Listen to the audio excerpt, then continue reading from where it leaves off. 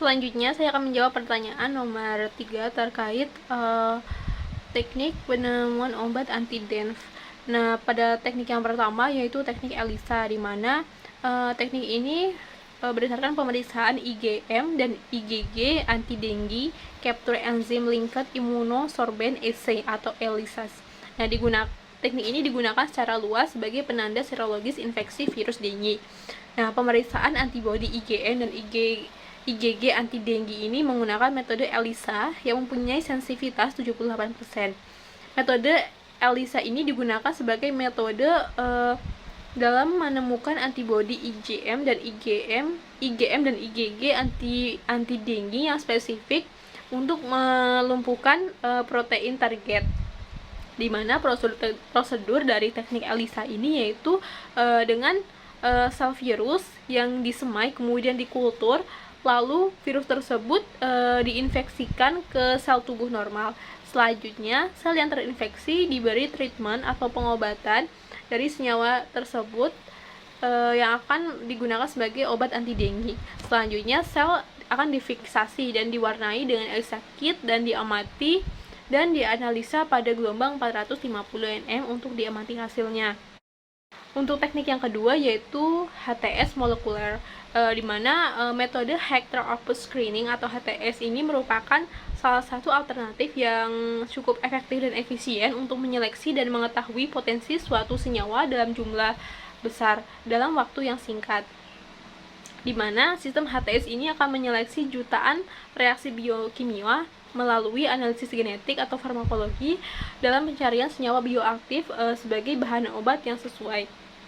Di mana prinsip dari metode HTS ini secara umum itu hampir sama dengan analisis fluorescence, di mana terjadinya kekeruhan, perubahan warna atau timbulnya fluoresensi yang terjadi setelah sampel dianalisis dan direaksikan.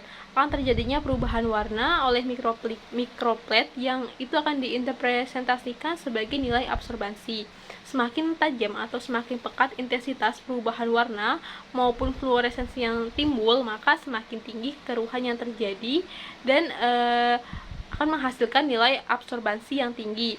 Hal tersebut dapat diinterpretasikan bahwa semakin tinggi potensi dari suatu senyawa dari suatu bahan alam untuk menghasilkan suatu senyawa bioaktif yang berperan sebagai antivirus.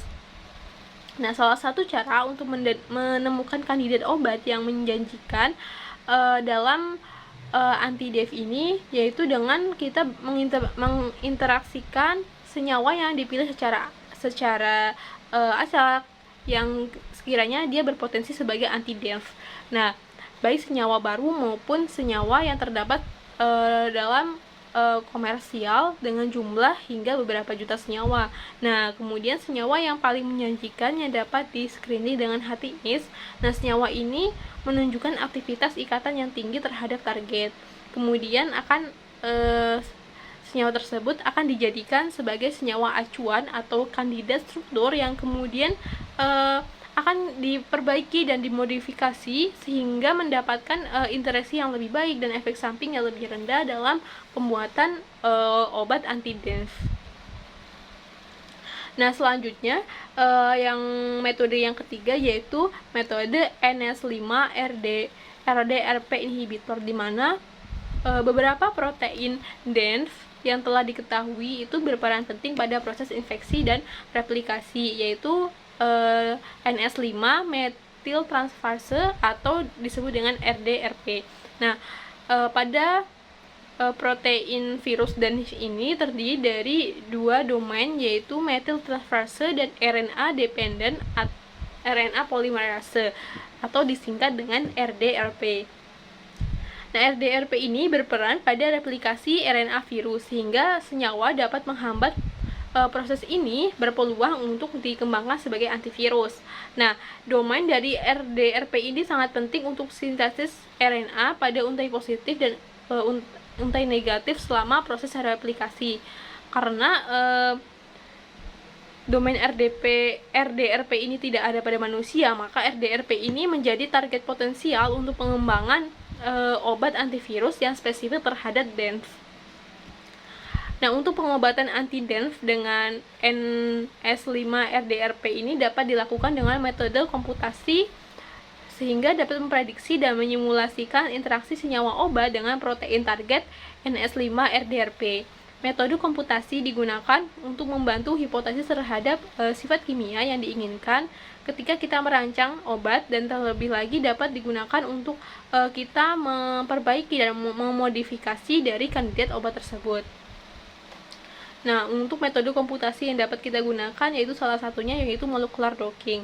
Nah, struktur dari enzim NS5-RNA dependent RNA polymerase atau RDRP ini dari virus dengue kita unduh dari protein databank. Kemudian dipilih kandidat ligan pada database dan diatur untuk berinteraksi dengan protein target NS5-RDRP.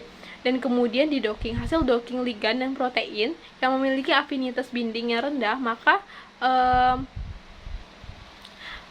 dapat diketahui bahwa afinitas antara reseptor dengan ligan itu semakin tinggi.